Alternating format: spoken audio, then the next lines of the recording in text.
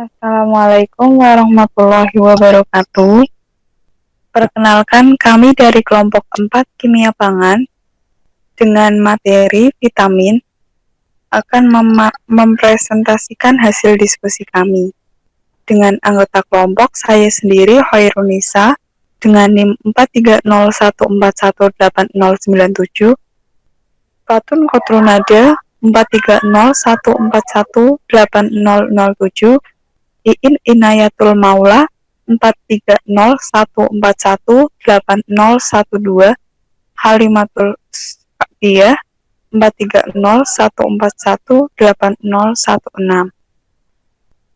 Dengan materi pertama yang akan disampaikan oleh saya sendiri. Next. Materi pertama yang dibahas yaitu mengenai vitamin A.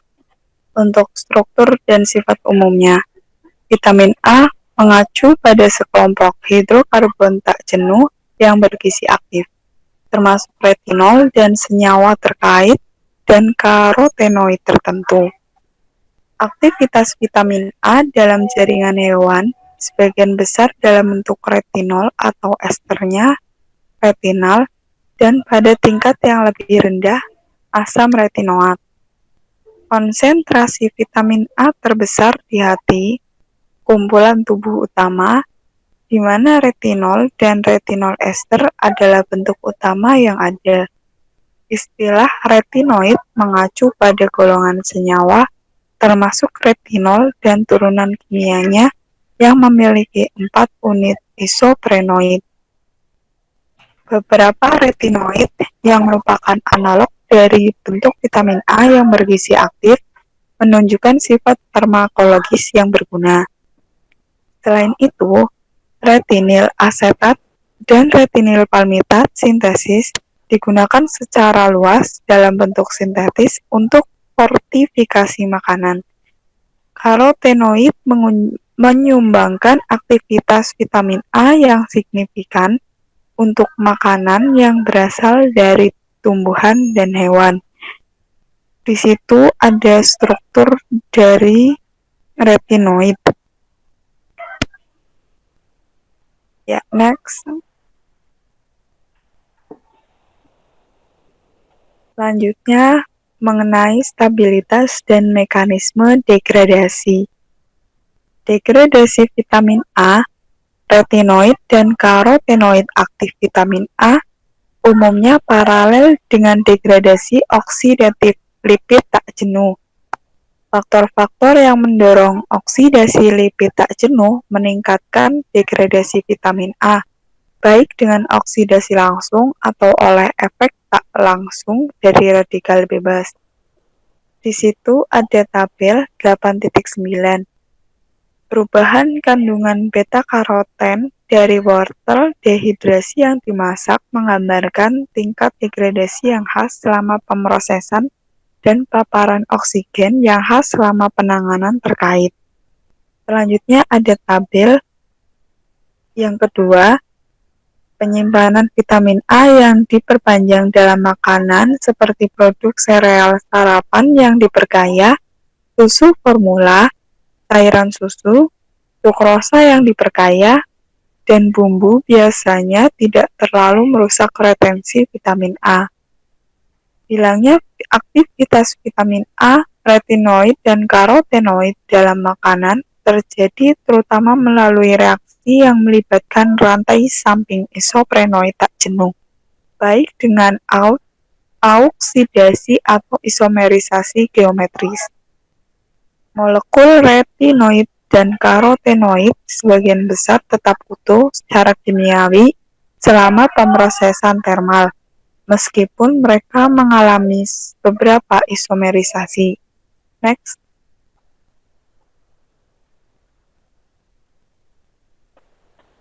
Selanjutnya mengenai ketersediaan hayati. Makanan yang mengandung bahan hidrofobik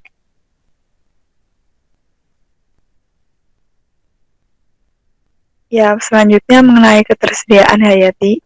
Makanan yang mengandung hidrofobik yang tidak dapat diserap seperti pengganti lemak tertentu dapat menyebabkan malabsorpsi vitamin A. Ketersediaan hayati vitamin A yang ditambahkan ke nasi telah dibuktikan pada subjek manusia. Selain perbedaan yang melekat dalam pemanfaatan antara retinol dan karotenoid provitamin A, karotenoid dalam banyak makanan mengalami penyerapan usus yang jauh lebih sedikit. Absorpsi dapat terganggu oleh pengikatan spesifik karotenoid sebagai karotenoid protein atau karena terperangkap dalam matriks nabati yang sulit dicerna. Selanjutnya, mengenai metode analisis. Metode yang digunakan yaitu HPLC adalah metode pilihan karena memungkinkan retinoid individu ditentukan dengan cukup akurat. Pendekatan kromatografi cair spektrometri massa atau LCMC juga telah mendapatkan aplikasi yang ekstensif. Pengukuran yang akurat dari karotenoid adalah tugas yang sangat kompleks mengingat banyaknya bentuk kimiawi alami yang ada dalam makanan. Next. Selanjutnya, pembahasan mengenai vitamin D. Pembahasan yang pertama mengenai struktur dan sifat umum. Aktivitas vitamin D dalam makanan dikaitkan dengan beberapa analog sterol yang larut dalam lemak termasuk kolekalsiferol atau vitamin D3 dari sumber hewani dan EGA-kalsiferol atau vitamin D2 yang diproduksi secara sintetis. Kedua senyawa ini digunakan dalam bentuk sintetis untuk fortifikasi makanan. Di atas ada strukturnya, struktur dari vitamin D2 dan vitamin D3. Selanjutnya, aktivitas vitamin D dari kolekalsiferol melebihi EGA-kalsiferol.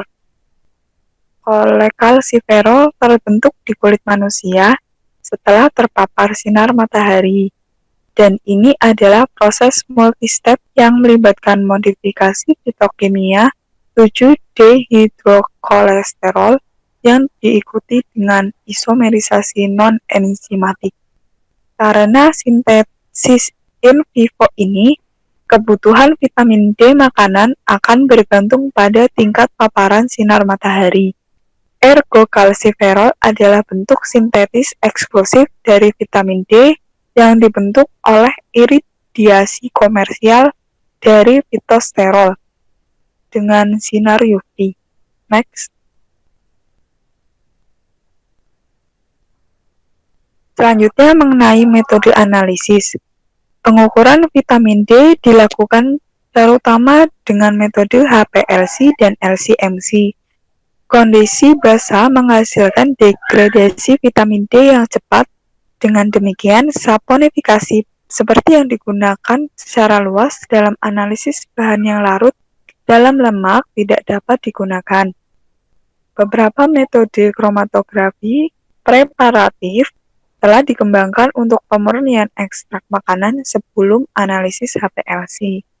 Next.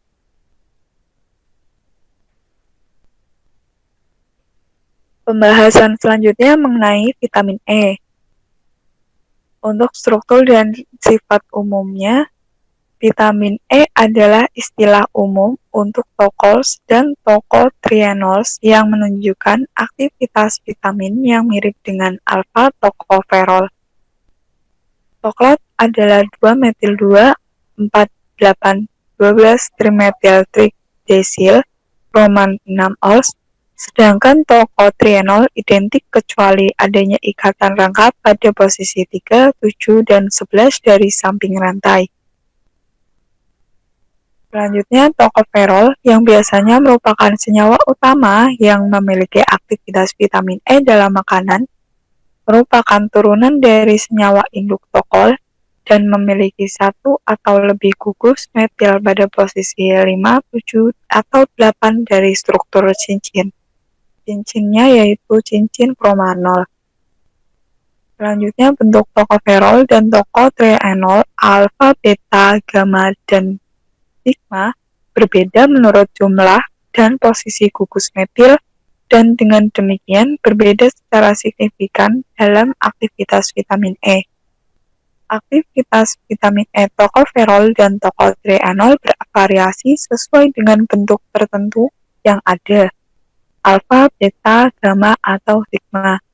Selain sifat viral rantai samping tokoferol, alfa tokoferol adalah bentuk utama vitamin E di sebagian besar produk hewani, dan tokoferol serta tokotrienol lainnya terdapat dalam proporsi yang berbeda-beda pada produk makanan, pada produk tanaman. Next. Yang selanjutnya mengenai stabilitas dan mekanisme degradasi. Senyawa vitamin E merupakan stabilitas yang cukup baik tanpa oksigen dan lemak pengoksidasi. Laju degradasi vitamin E meningkat dengan adanya oksigen molekuler dan dapat menjadi sangat cepat jika terdapat juga radikal bebas. Degradasi oksidatif vitamin E sangat dipengaruhi oleh faktor yang sama yang mempengaruhi oksidasi lipid tak jenuh. Next.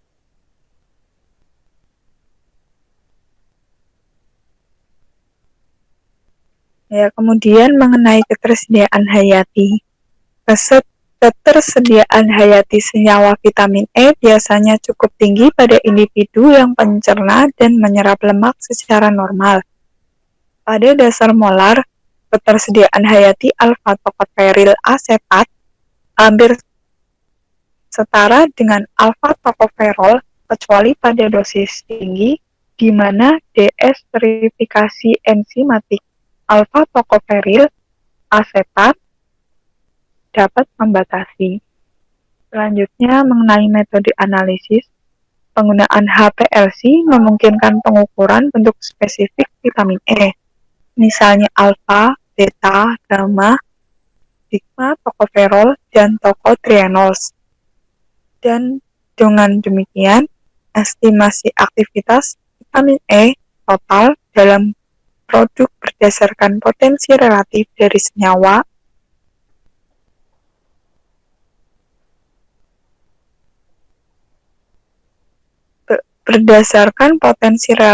dari senyawa spesifik. Deteksi dapat dilakukan dengan menggunakan absorbensi UV atau fluoresensi. Next. Selanjutnya, pembahasan mengenai vitamin K. Struktur dan sifat umumnya. Bentuk vitamin K yang tidak tersubstitusi adalah menadion. Piloquenon atau vitamin K1 adalah produk yang berasal dari tumbuhan, sedangkan menaquinone atau vitamin K2 dengan panjang rantai yang bervariasi merupakan produk dari sintesis bakteri.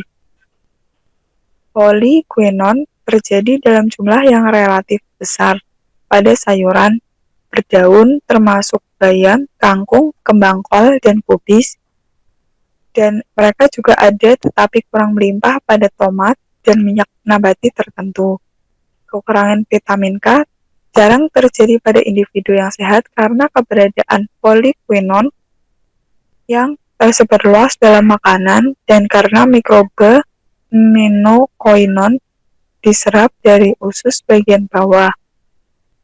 Ya, di situ ada struktur dari vitamin K. Selanjutnya mengenai metode analisis.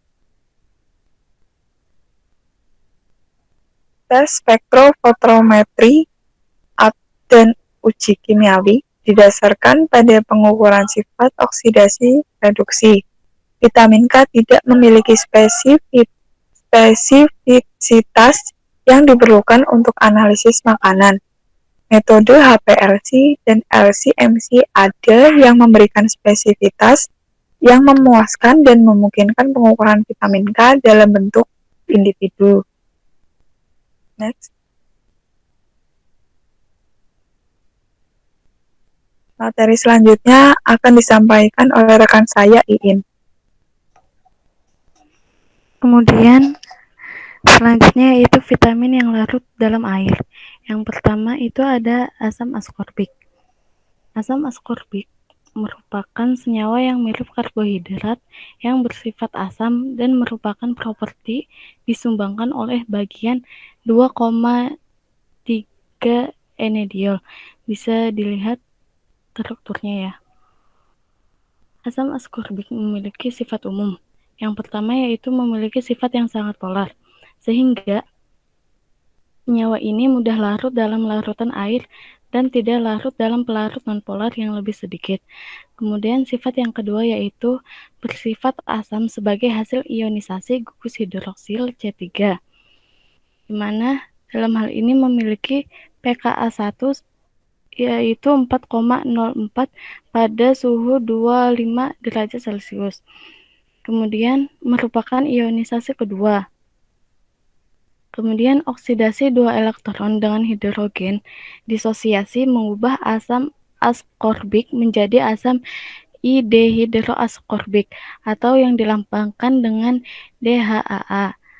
Pameran DHAA sekitar aktivitas vitamin yang sama, di mana dalam pameran asam I-dehidroaskorbik ini disebabkan karena penguraiannya yang mudah menjadi asam askorbik dalam tubuh.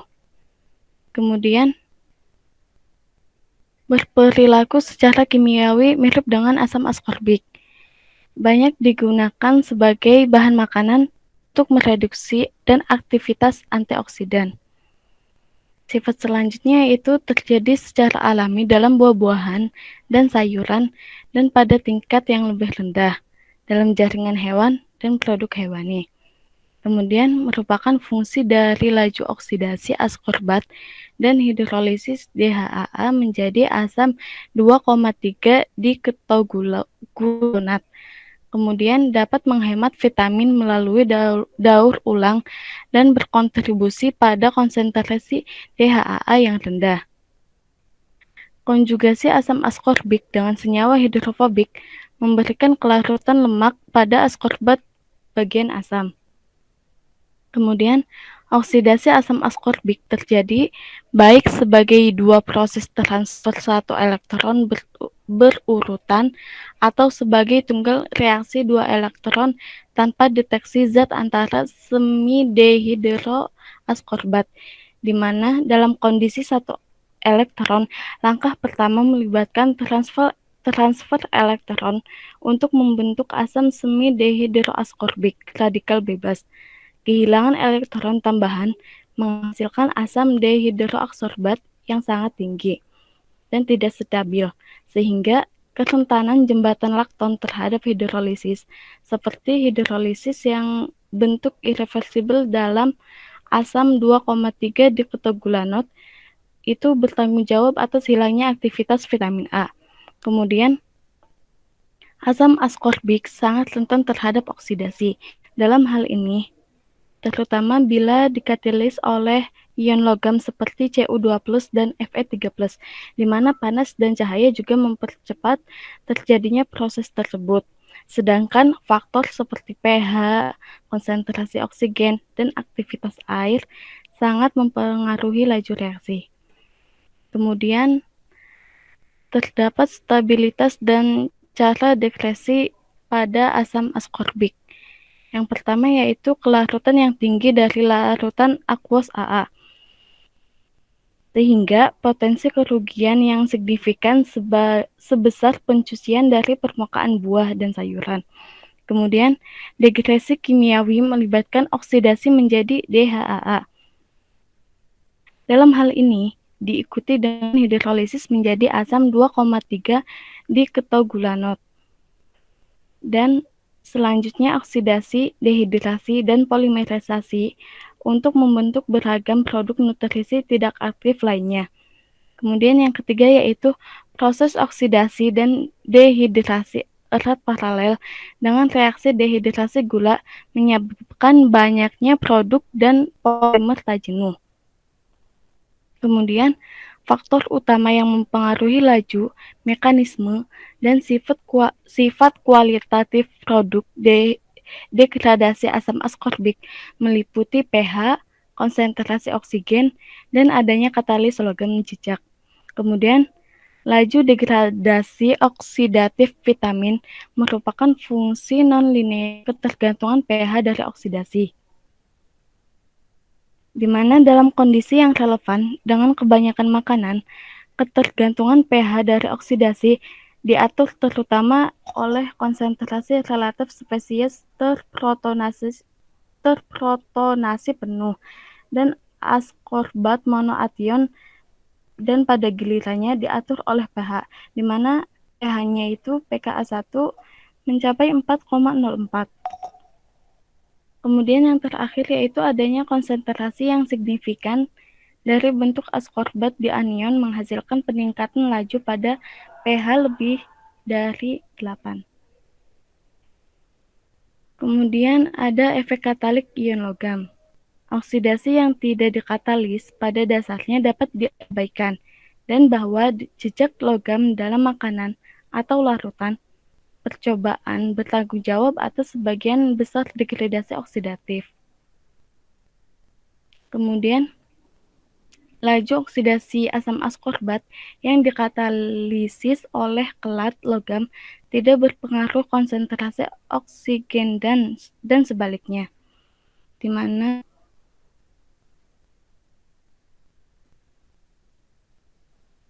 selanjutnya yaitu potensi ion logam dalam mengkatalisis degradasi askorbat bergantung pada logam yang terlibat, bilangan oksidasi, dan adanya kelator.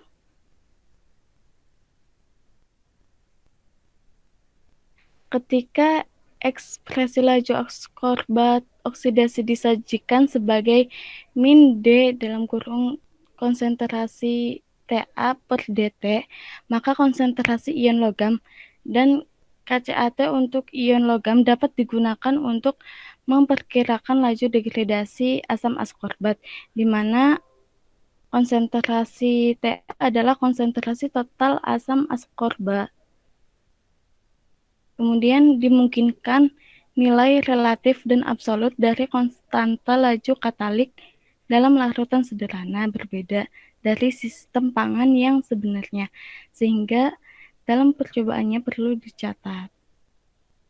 Kemudian pengaruh EDTA atau pengkelat lain, misalnya sitrat dan polifosfat pada oksidasi asam askorbat dalam makanan tidak sepenuhnya bisa diprediksi.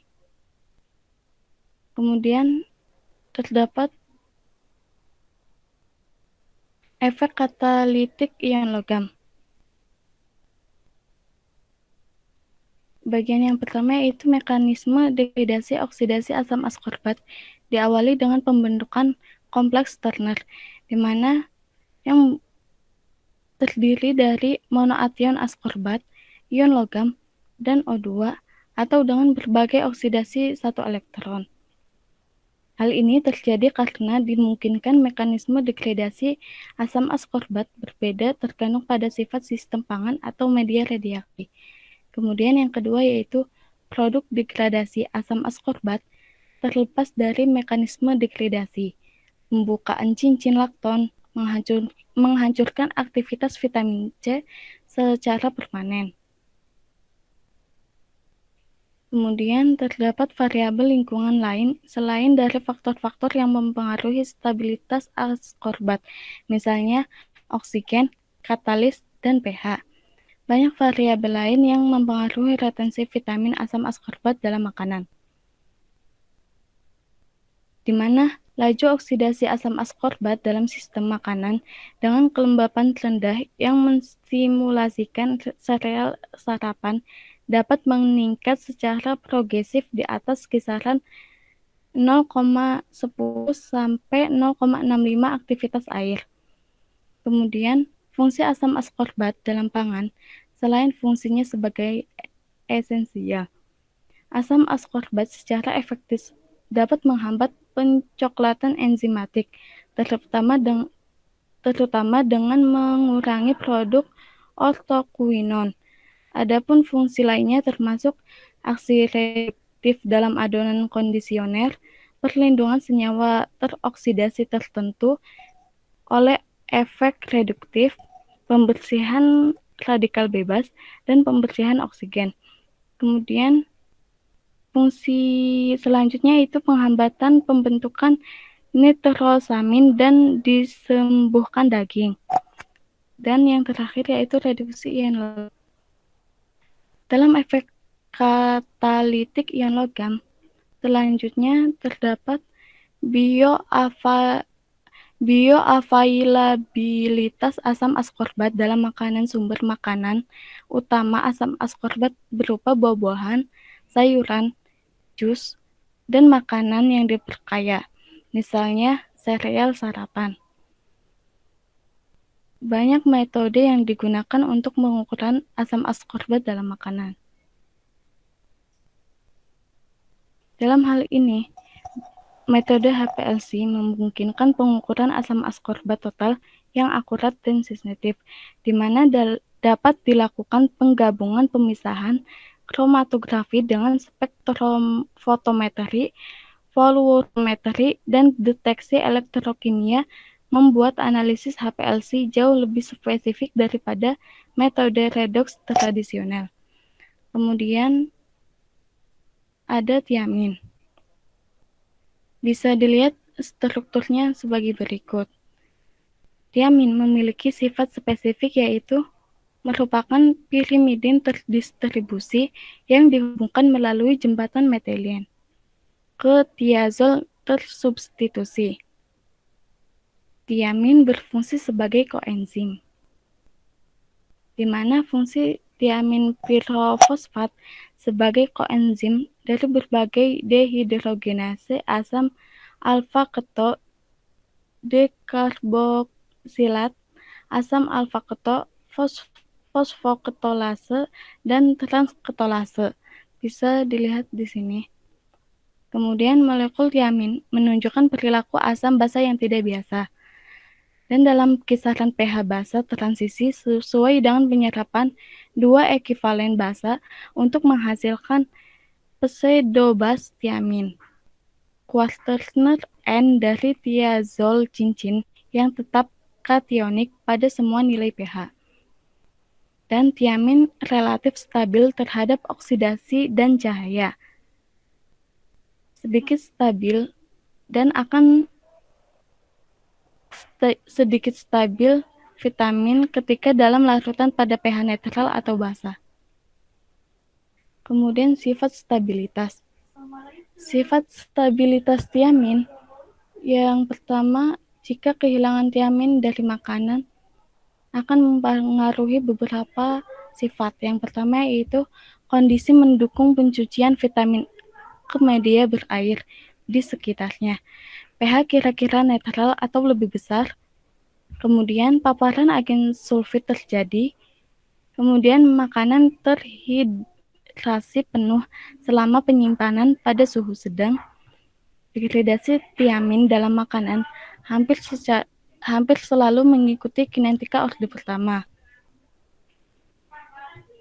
Memiliki ketergantungan suhu berbeda dan pada suhu kurang dari 37 derajat Celcius, tiamin dalam sistem model dehidrasi yang menstimulasikan sereal serapan akan mengalami sedikit atau tidak ada kerugian. Bisa dilihat seperti ini tabelnya. Dan laju degradasi tiamin maksimum terjadi pada aktivitas perairan 0,5 sampai 0,65. Tiamin agak tidak stabil pada banyak ikan dan krustase pasca panen. Sebagian dari aktivitas degradasi tiamin ini disebabkan oleh protein hem, di mana yang terdiri dari mioglobin dan hemoglobin. Kemudian komponen makanan lainnya dapat mempengaruhi degradasi tiamin dalam makanan. Dan faktor inheren faktor inherennya perbedaan stabilitas dan ketergantungan pH antara tiamin bebas dan tiamin utama yang terjadi secara alami bentuk tiamin piroposfat.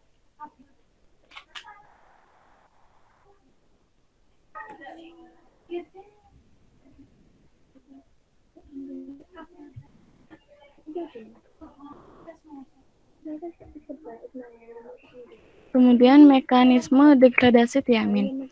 Laju dan mekanisme degradasi termal tiamin dipengaruhi oleh pH media reaksi degradasi. Biasanya melibatkan pembelahan molekul di pusat metilen jembatan. Dalam kondisi asam yaitu pH kurang dari 6, degradasi termal tiamin terjadi secara perlahan dan melibatkan pembelahan jembatan metilen. Dan di antara pH 6 dan 7, degradasi tiamin semakin cepat. Dan jika pada pH 8, cincin tiazol utuh tidak ditemukan di antara produk. Tiamin memiliki gugus amino primer pada bagian pirimidinya.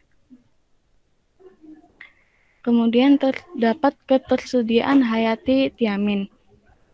Dalam ketersediaan hayati tiamin, pembentukan tiamin disulfid dan campuran tiamin disulfida selama proses pengolahan makanan memiliki pengaruh yang kecil terhadap bioavailabilitas tiamin, di mana tiamin disulfid menunjukkan 90% dari aktivitas tiamin dalam biosai hewan. Kemudian metode analisis yang dipakai dalam tiamin yaitu menggunakan HPLC fluorometri yang dapat digunakan setelah konversi tiamin menjadi tiokrom atau sebagai alternatif oksidasi post-tolkom menjadi tiokrom dapat mengizinkan deteksi volumetri. Kemudian selanjutnya yaitu riboflavin. Riboflavin dapat dilihat strukturnya sebagai berikut. Ada sifat umum dari riboflavin yaitu flavin mononukleotida atau FMN, sedangkan flavin adenin dinukleotid atau FAD berfungsi sebagai koenzim. Fraksi kecil berkisar antara kurang dari 10% dari rumpun bahan biologis ada dalam bentuk koenzim yang terikat. Kemudian perilaku kimia riboflavin dan flavin lainnya sangat kompleks. Mengalami siklus redoks di antara 3 spesies kimia. Setiap konversi dalam urutan ini melibatkan reduksi 1 elektron dan serapan H+. Dan beberapa bentuk kecil riboflavin juga ada dalam makanan, meskipun asal kimianya dan signifikasi kuantitatif dalam nutrisi manusia belum sepenuhnya ditentukan. Kemudian stabilitas dan cara degresi riboflavin. Riboflavin memiliki stabilitas terbesarnya dalam pH asam dan agak kurang stabil pada pH netral dan terdegradasi dengan cepat di lingkungan basa. Kemudian tingkat degradasi meningkat secara terukur pada nilai Aw di atas nilai lapisan tunggal ketika suhu di atas ambien.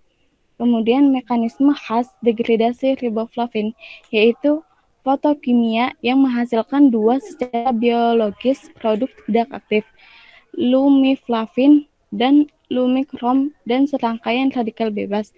Bisa dilihat ini struktur lumiflavin dan ini struktur lumikrom. Dan ketersediaan hayati dari flavin yaitu bentuk koenzim FAD yang terikat secara kovalen menunjukkan ketersediaan yang sangat rendah bila diberikan pada tikus, meskipun bentuk ini adalah bentuk dari vitamin kecil. dan signifikasi nutrisi turunan riboflavin makanan yang memiliki aktivitas antivitamin potensial belum ada ditentukan pada hewan atau manusia. Adapun metode analisis yang digunakan yaitu dengan menggunakan metode HPLC dan LC-MS. Kontemporer juga cocok untuk pengukuran riboflavin total dalam ekstrak makanan berdasarkan prinsip yang diuraikan sebelumnya.